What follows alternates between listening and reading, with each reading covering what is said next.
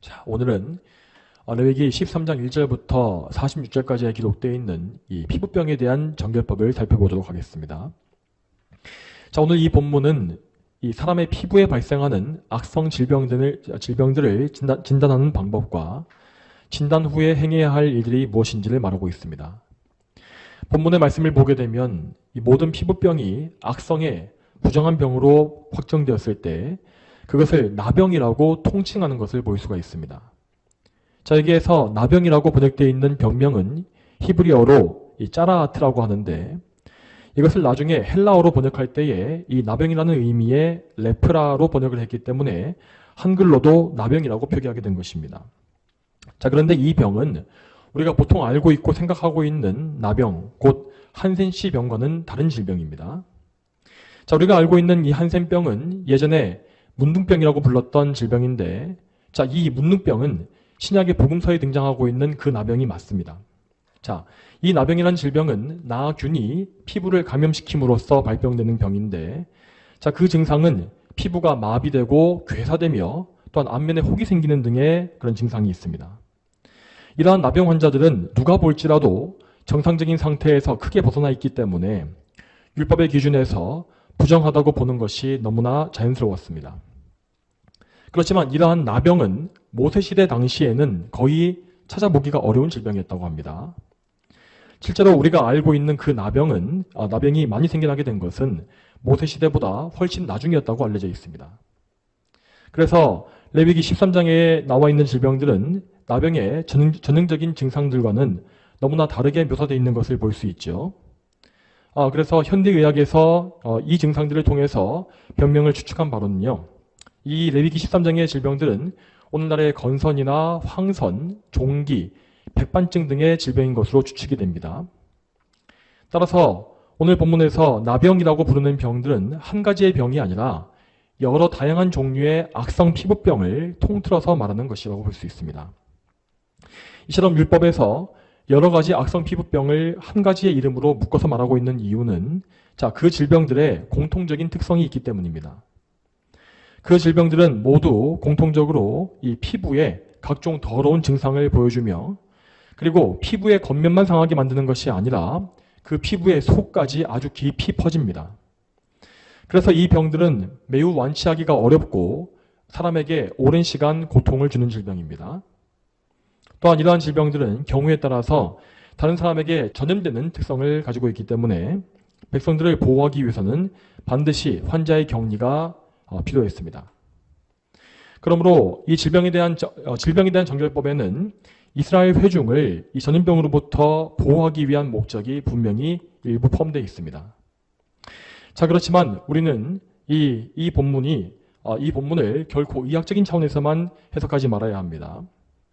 레위기 13장의 정결법은 분명 의식법에 속한 법으로서 하나님의 백성이 하나님 앞에서 거룩하게 사는 방법과 하나님을 섬기는 방법을 알려주는 법이기 때문입니다.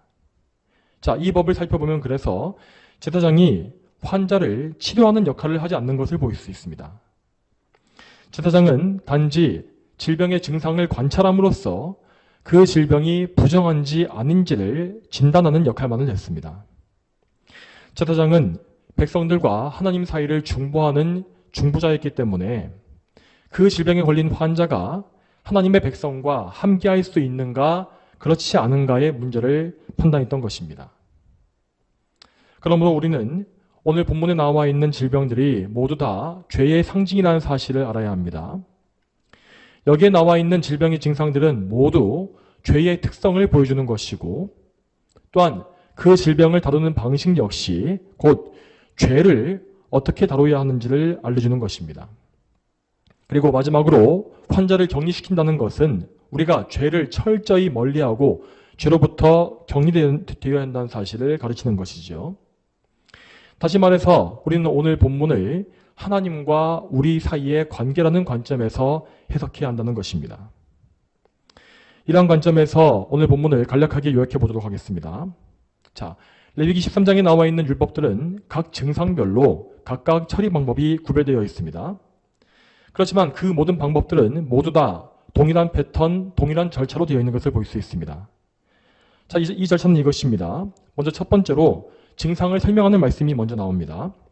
자, 예를 들면 본문 2절 말씀에 자, 그의 피부에 돌기나 부스럼이나 반점이 생겨서 그의 피부가 나병같이 되거든 이라고 되어 있는 것을 볼 수 있고, 또 18절과 19절을 보게 되면 피부에 종기가 생겼다 나은 뒤에 그 종기 자리에 흰 돌기나 희고 불그스름한 반점이 생기면 이라고 해서 이 증상을 보여주는 것을 볼 수 있습니다.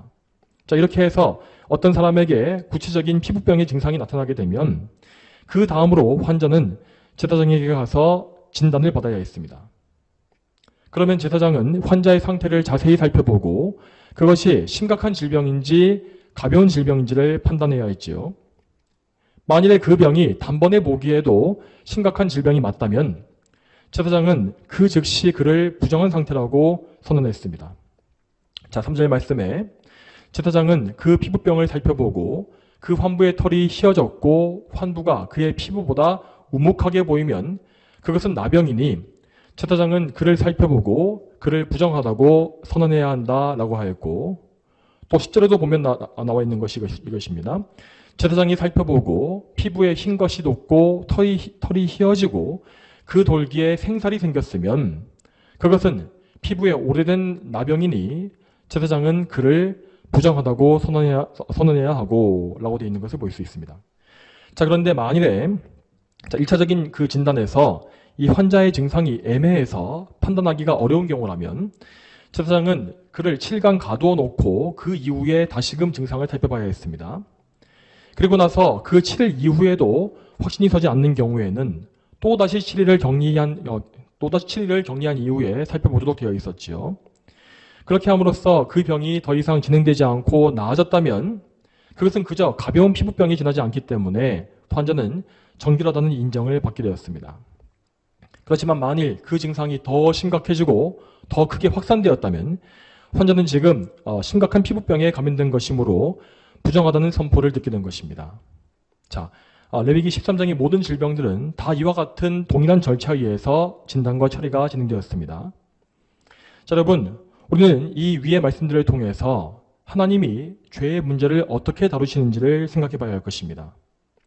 다시 말씀드리지만 오늘 본문에 나와 있는 질병들은 다 죄를 상징하고 있는 것입니다. 또한 여러분, 모든 질병은 다 인간의 범죄 이후에 이 세상에 생겨난 것입니다. 만일 우리의 첫 조상이었던 아담이 죄를 짓지 않고 하나님께 순종했다면 레위기 13장에 나와 있는 이런 모든 질병은 우리에게 전혀 없었을 것입니다. 여러분, 오늘 이 본문에서 하나님이 뜻하신 바는 우리를 정죄하고 저주하시려는 것이 아닙니다. 하나님은 이 말씀을 통하여서 죄가 얼마나 끔찍하고 더러운 것인지를 우리에게 보여주시는 것입니다. 그렇게 하심으로써 하나님은 당신의 백성이 죄로부터 구별되어서 거룩하길 원하시며 또한 죄를 지음으로써 그 결과로 찾아오는 질병을 포함한 모든 재앙을 당하지 않기를 바라십니다. 그러므로 하나님은 오늘 본문의 여러 가지 질병들을 통해서 죄가 어떤 성격을 가지고 있는지, 그리고 그 죄를 회개하지 않았을 때에 어떤 일이 벌어지는지를 우리에게 상징적으로 보여주시는 것입니다.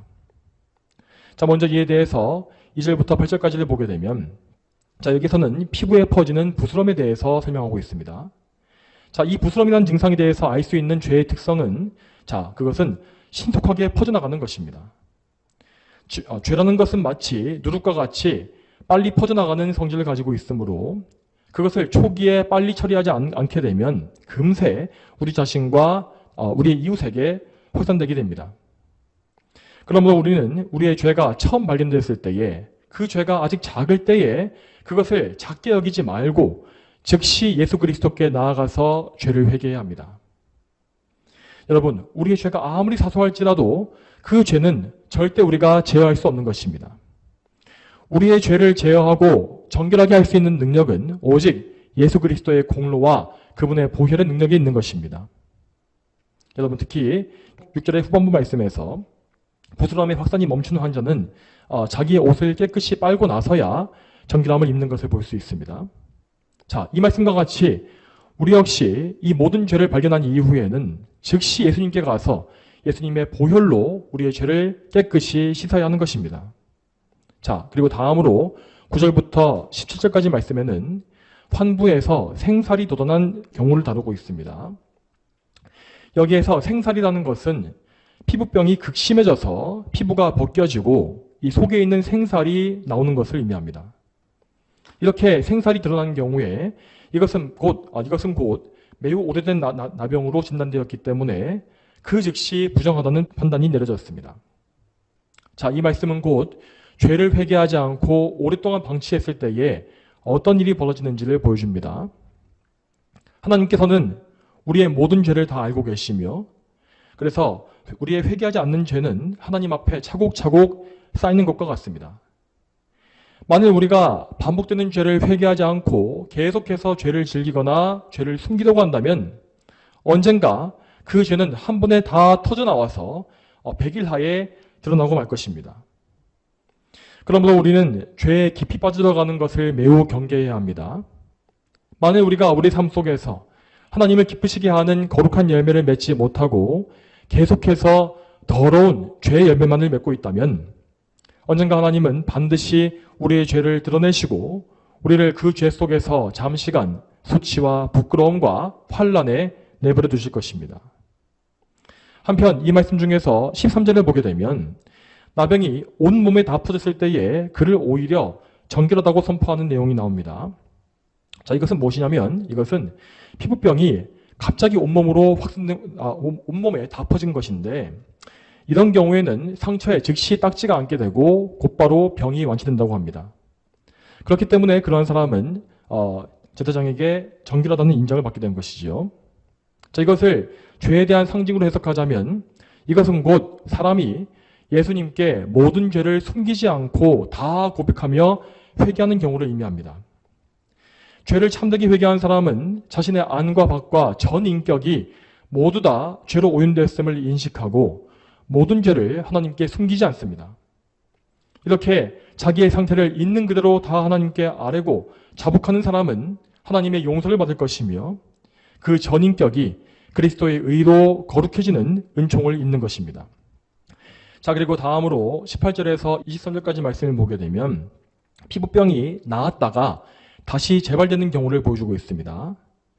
이렇게 병이 재발되는 경우는 회개한 이후에도 다시 나타나는 죄의 속성을 보여주는 것입니다.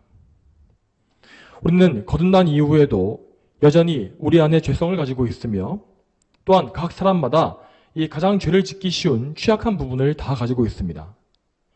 그러므로 만일 우리가 이 거듭난 이후에라도 회개 생활을 등한히 하고 그리스도를 바라보지 않는다면 우리 안에 남아있는 죄의 습관은 금세 다시 나타날 것입니다. 물론 그러한 죄는 우리를 멸망시키진 못하지만 우리를 충분히 더럽힐 수가 있고 하나님께로부터도 멀어지게 할 수 있습니다. 그러므로 우리는 우리 자신을 신뢰하지 말고 항상 철저하게 죄를 경계하며 그리스도만을 의지하고 바라보는 그런 경건생활과 회개생활을 유지해야 하는 것입니다. 자, 그리고 다음으로 살펴볼 부분은 24절부터 28절까지입니다. 여기에서는 화상의 상처에서 생기는 나병에 대해서 말하고 있습니다. 자, 사람이 화상을 입게 되면 피부에 보호막이 사라지게 되므로 감염에 아주 취약한 상태가 됩니다. 그러므로 화상을 입은 사람은 먼저 그 상처를 깨끗하게 유지하고 그 상처가 잘 치유될 때까지 철저한 관리를 선행해야 하는 것입니다. 그렇지 않게 되면 오늘 본문에 나와 있는 것처럼 더 심각한 피부병이 생길 수밖에 없는 것이죠.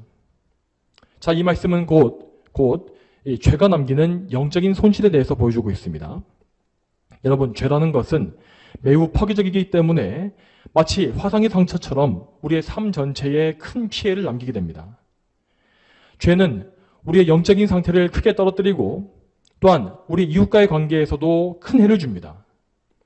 그러므로 죄를 지었을 때에 우리는 그 죄가 어떤 피해를 주었는지를 면밀히 살피면서 그 피해 하나하나를 다 회복시킬 수 있도록 힘써야 하는 것입니다. 여러분, 레위기의 5대 제사 중에서 속건제가 바로 이러한 원리를 잘 보여주지 않습니까?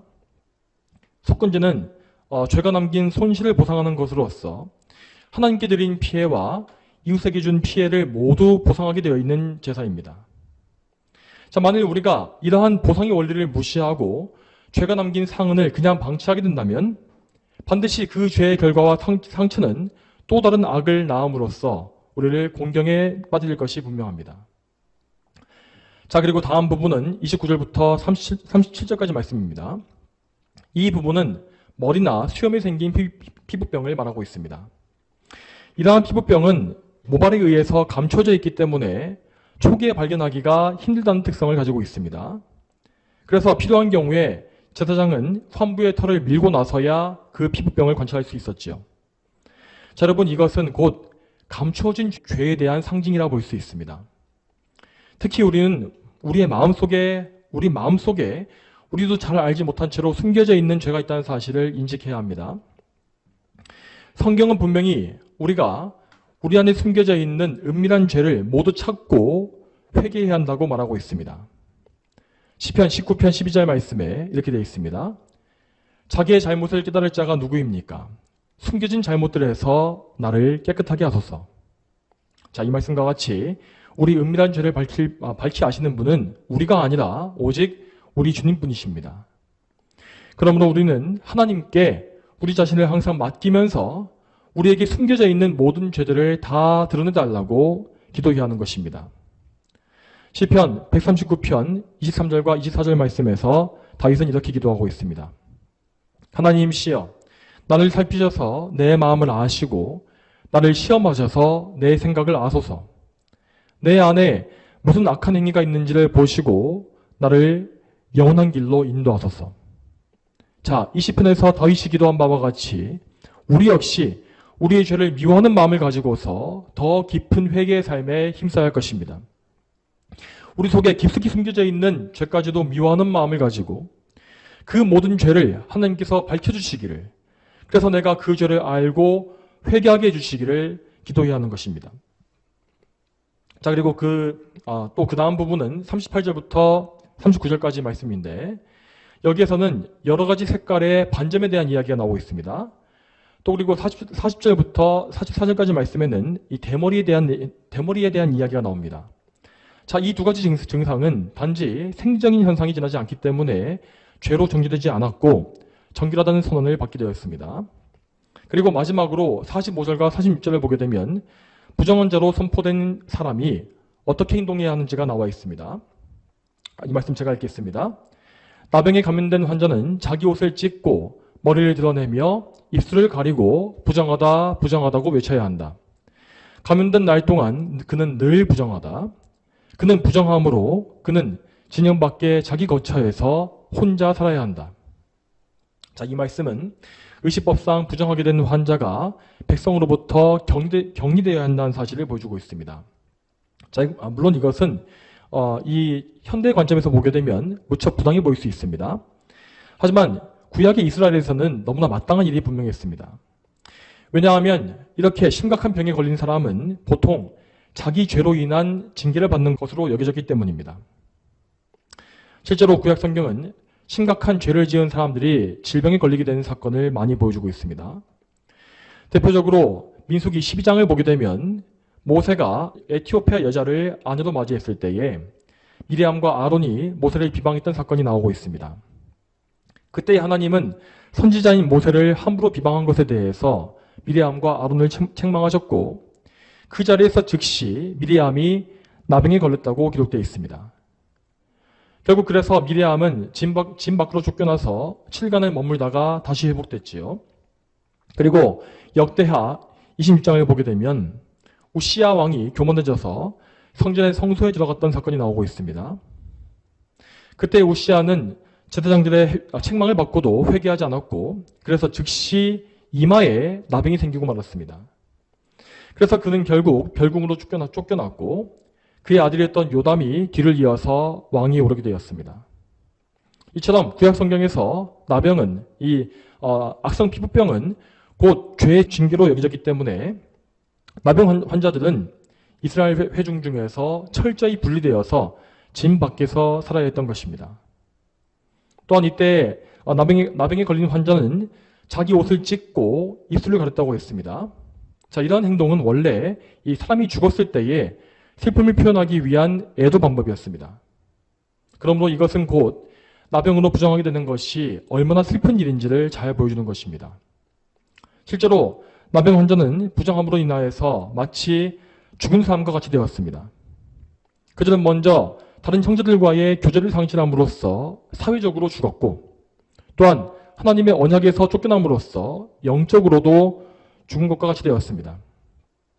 그리고 이렇게 진정받기 쫓겨난 사람은 제사를 드리거나 절기에 참여하는 것들도 역시 할 수 없었습니다.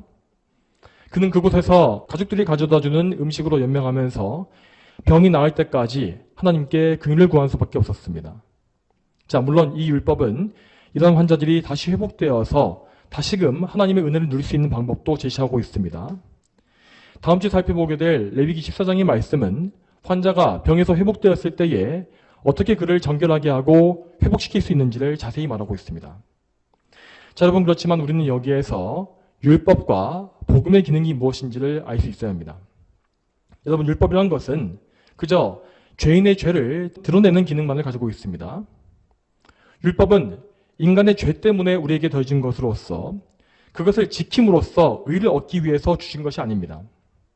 로마서 3장 19절 이하 말씀에 이러한 율법의 기능이 자세히 나와 있습니다. 로마서 3장 19절 이하 말씀입니다. 자, 이 말씀 제가 읽겠습니다. 로마서 3장 19절 이하입니다. 자, 우리가 아는 것은 율법이 말하는 것은 율법 아래에 있는 자들에게 말하는 것이니 이는 모든 입을 막고 온 세상을 하나님의 심판 아래에 있게 하려는 것이다. 그러므로 율법의 행위로는 그분 앞에서 의롭다 하심을 받을 육체가 없으니 율법으로는 죄를 깨달을 뿐이다. 그러나 이제는 율법과 상관없이 하나님의 의가 나타났으니 그것은 율법과 선지자들에 대하여 증언을 받은 것이다. 하나님의 의는 예수 그리스도를 믿는 믿음으로 인하여 모든 믿는 자에게 주어지는 것이니 거기에는 차별이 없다 하였습니다. 자, 이 말씀과 같이 율법은 죄인들을 심판하는 법률이 되며 또한 그들을 장차 변명할 수 없게 만드는 증거가 되는 것입니다. 자, 사람들이 아무리 율법을 알고 그것을 지키려고 노력한다 할지라도 그들은 절대로 율법을 다 지키거나 의롭다함을 받을 수가 없습니다. 자, 죄인을 구속하는 일에서 율법의 기능이라는 것은 그의 죄를 철저히 깨닫게 만드는 그것입니다. 그러므로 오늘 본문에서도 질병이 확진된 죄인은 자기 죄를 슬퍼하면서 큰 소리로 부정하다, 부정하다라고 외쳐야 했던 것입니다. 그렇지만 동시에 율법에서는 분명히 하나님의 긍휼하심이 나타납니다.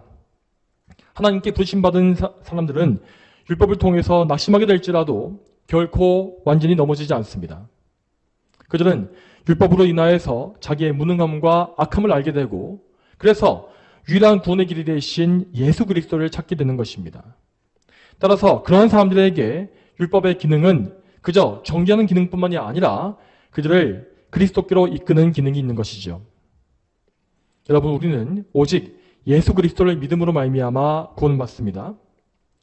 예수님께서는 하나님이 택하신 백성들의 죄를 대신 지시고 속죄의 제사를 드리셨으며 또한 그들에게 의를 주시기 위하여서 모든 율법을 성취하셨습니다. 우리는 우리 자신의 죄인됨을 깨달아야만 예수님께서 우리의 구주이심을 믿을 수가 있는 것입니다.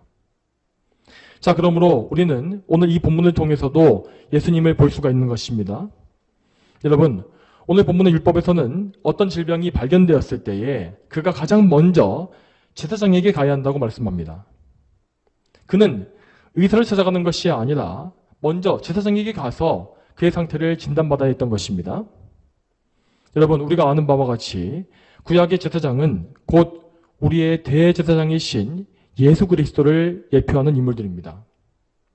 그러므로 이 율법의 말씀은 자기의 죄를 알게 된 죄인들이 예수 그리스도께로 가서 그의 죄를 보이고 아뢰어야 한다는 사실을 보여주는 것입니다. 자, 그런데 여기에서 우리는 구약의 제사장들과 예수 그리스도 사이에 얼마나 큰 차이가 있는지를 또 볼 수가 있습니다. 구약의 제사장들은 병자들의 증상을 진단하는 역할만 했으며 그들을 치료해 주진 못했습니다. 또한 그들은 때때로 병증이 심각한 사람들을 진 밖으로 내쫓고 격리시키는 그런 어려운 일을 해야 했지요.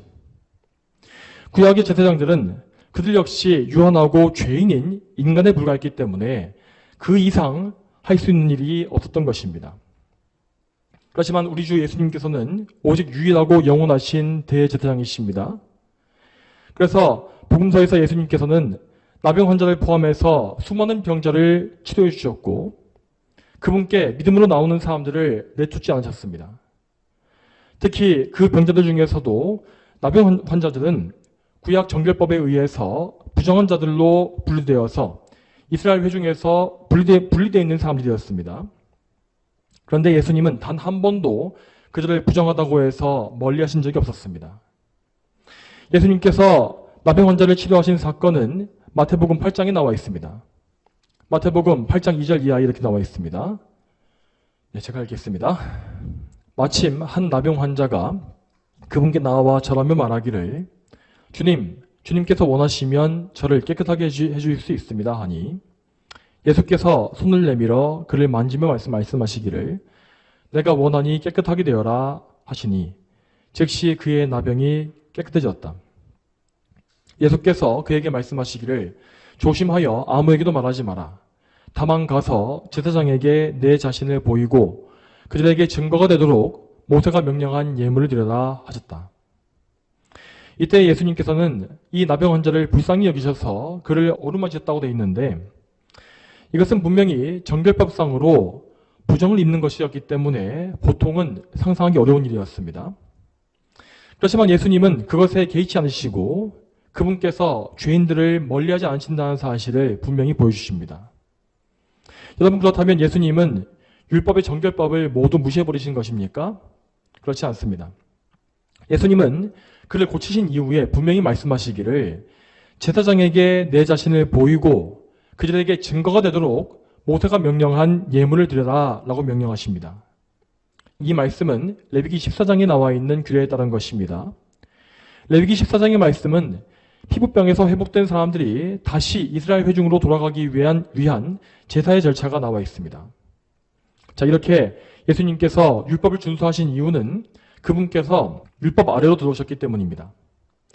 예수님은 율법을 지킬 수가 없는 죄인들을 대신해서 율법 아래에 태어나셨고 또한 죄인들을 대신해서 율법을 모두 준행하심으로 말미암아 우리의 의를 이루신 분이십니다. 자, 그렇다면 예수님께서 율법상으로 부정한 죄인들을 만지셨던 이유는 무엇이겠습니까? 부정한 자들과 접촉하게 되면 그 접촉한 사람 역시 의식법상 부정해지는 것이 원래 율법의 원칙입니다. 그렇지만 예수님은 항상 이 부정한 죄인들을 멀리하지 아니하시고 그들을 만지고 계십니다. 자, 여러분 이것은 곧 예수님께서 우리를 위해서 중보하시는 대제사장이심을 다시 한번 보여주는 것입니다. 오늘 본문에 나와 있듯이 구약의 제사장들은 환자의 진단을 위해서라면 그들과 접촉할지라도 부정을 입지 않았습니다. 자, 부정함과 정결함이란 것은 하나님께서 정하신 기준으로서 하나님은 백성들이 부주의하게 죄악된 것에 손드는 것을 방지하시기 위해서 부정함에 접촉하지 말라고 강조하신 것입니다. 그러므로 제사장들은 죄를 진단하기 위한 선한 목적에 의해서는 부정함에 접촉되는 것이 허용된 것입니다. 또한 예수님은 율법을 만드신 하나님으로서 율법에 갇혀있지 않으셨고 율법을 지배하시는 분이십니다. 그분은 죄와 완전히 구별된 거룩한 분으로서 이 세상에서 그 어떤 죄도 짓지 않으셨고 죄인들과 함께 거하실지라도 죄에 물들지 않으신 것입니다. 이처럼 예수님은 우리를 구원하시기 위해서 우리의 죄를 속죄하시는 사역을 하셨고 또한 율법을 다 지키심으로 말미암아서 우리를 위한 의를 이루어 주신 것입니다. 그러므로 여러분, 우리는 즉시 하나님 앞에 우리의 죄를 자복하고 그리스도께로 달려가야 합니다.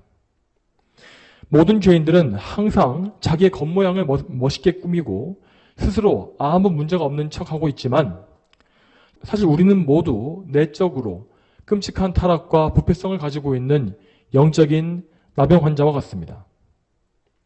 그렇지만 오늘 말씀에서 알 수 있는 바와 같이 하나님은 그 죄악의 더러운 실체, 우리 영적인 나병의 그 실체를 다 알고 계십니다. 그럼에도 불구하고 그분은 이렇게 패역한 우리를, 더러운 우리를 멀리하지 아니하시고 우리에게 구원의 길을 열어주신 것입니다. 그러므로 모든 사람은 자기 자신이 도저히 어쩔 수가 없는 죄인임을 하나님 앞에 인정하고 자기의 죄인됨을 하나님 앞에 다 고백해야 합니다. 여러분, 이러한 죄의 고백은 단지 내가 무슨 죄를 지었습니다 라고 말하는 정도가 아닙니다. 나 자신의 존재 자체가 하나님 앞에 완전히 타락하고 부패하여서 도저히 손쓸도리가 없다는 사실을 하나님께 다 알아야 하는 것입니다. 나의 안과 밖과 나의 전인격과 나의 육신과 영혼 모두가 다 죄에 오염되었고 나는 전적으로 무능하게 되어서 하나님 앞에 의가 없음을 인정하고 자복해야 하는 것이죠. 여러분, 혹 어떤 사람들은 자기 죄를 어느 정도 자각한 이후에도 오히려 하나님을 멀리하는 경우가 있는 것을 볼 수 있습니다. 그런 사람들은 말하기를 내 죄가 너무 더러워서 하나님이 나를 받아주지 않을 것이다 라고 생각합니다. 그들은 그렇게 말하면서 자기가 겸손하다고 생각할지 모르겠습니다. 하지만 사실 그것은 겸손한 것이 아니라 오히려 교만한 것이며 또한 심각한 불신앙과 신성 모독의 죄를 범하는 것입니다. 자, 왜냐하면 그들은 그리스도의 은혜보다 자기의 죄를 더 크게 여기고 있는 것이기 때문이죠. 여러분, 자기 죄를 자복하고 그리스도께 나와서 엎드린 사람 중에서 그리스도께 면면당한 사람은 아무도 없었습니다. 그러므로 정말 여러분, 앞뒤를 재지 마시고 주저하지 말고 예수님께 달려가십시오. 여러분이 믿음으로 그리스도를 바라보신다면 여러분은 반드시 그리스도께로부터 죄사함과 의롭다 여김받는 은혜를 누리게 될 것입니다. 자, 이제 마지막으로 오늘 본문에 대해서 추가적인 적용점들을 생각해 보겠습니다. 자, 레위기 13장 말씀은 이 사람의 피부병을 처리하는 여러 가지 절차들을 정말 자세하게 설명하고 있습니다. 하나님께서 이처럼 구체적이고 세심한 절차를 명령하신 이유는 곧 죄를 다루는 태도가 매우 신중해야 한다는 사실을 보여주는 것입니다. 특히 교인들의 죄 문제를 다루고 있는 사역자들은 반드시 이 태도를 견지해야 합니다. 사역자는 우선 죄가 무엇인지를 바르게 알고 죄가 가져오는 악한 열매가 무엇인지를 바르게 알아야 합니다. 그래서 그는 그런 성경적인 지식에 따라서 교인들의 영적인 상태를 세심하게 살피고 그래서 그들에게 위선이 없는지 혹은 죄의 나쁜 열매가 맺히고 있지 않은지를 잘 알고 있어야 하는 것입니다. 또한 죄가 드러났을 때에 사역자는 교인들의 그 죄를 처리하는 일에 있어서도 매우 신중해야 합니다. 그는 결단코 교인들의 죄악을 가볍게 여기지 말아야 할 것이며 또한 반대로 너무 성급하게 무겁게 정죄해서도 안 될 것입니다. 그는 교인들의 죄를 잘 진단하고 그것을 위해서 기도하는 가운데 그들을 우선 말씀으로 권면해서 죄에서 회개하도록 인도해야 할 의무가 있습니다. 그리고 만일에 교인의 죄가 너무나 심각하다면 사역자는 권징을 통해서 7일 통하여서 단호하게 죄의 문제를 처리해야 합니다. 이 권징이라는 것은 교회 권위에서 행해지는 것으로서 죄인에게 성찬 참여를 금지하는 방법이 있으며 또한 회개를 거부하는 자에 대해서는 출교를 명함으로써 그가 그의 죄가 백성들에게 전파되지 않도록 막아야 할 것입니다.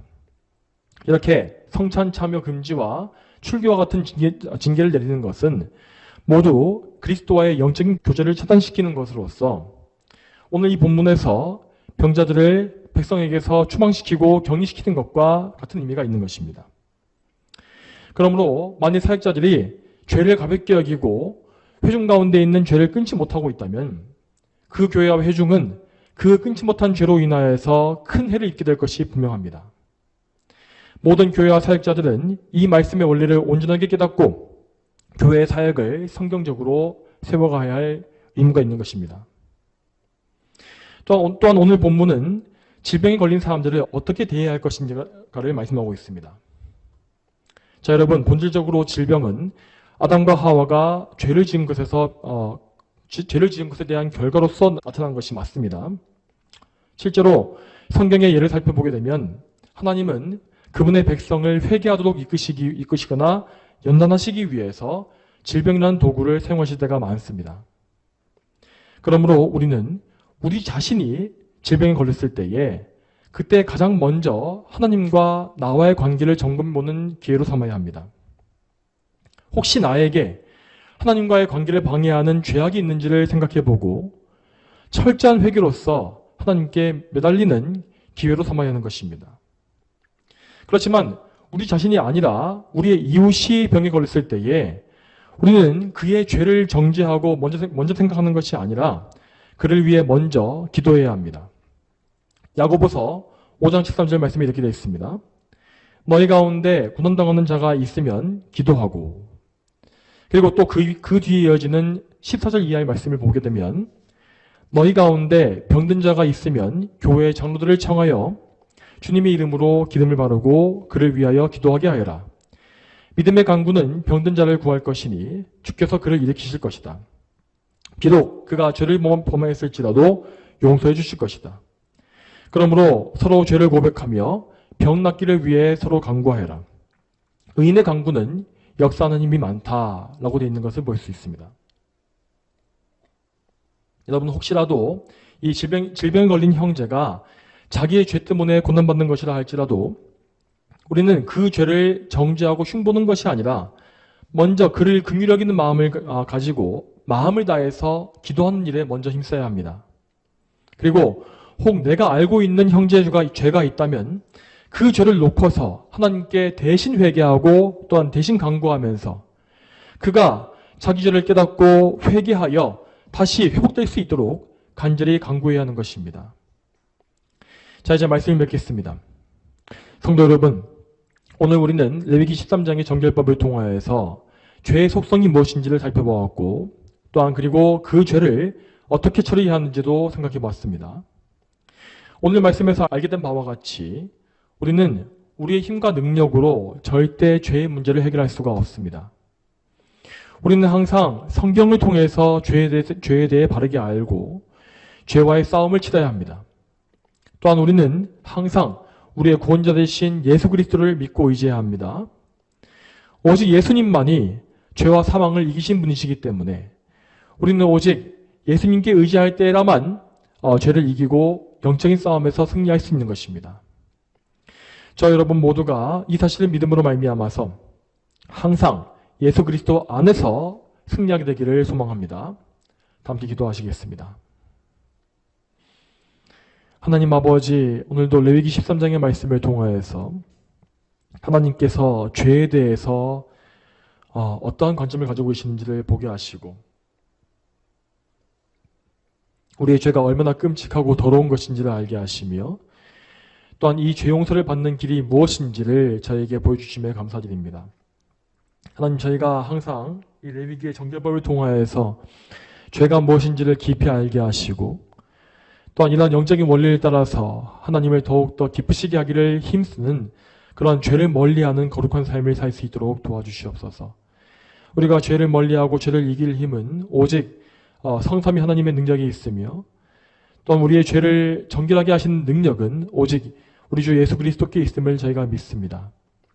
저희가 이 사실을 더욱더 굳게 믿고 신뢰하게 하시며 오직 예수님께 의지함으로 말미암아 모든 죄를 이기고 마귀의 모든 세력과 악한 권세를 이기며 하나님께 영광 돌릴 수 있도록 주여 인도해 주시옵소서.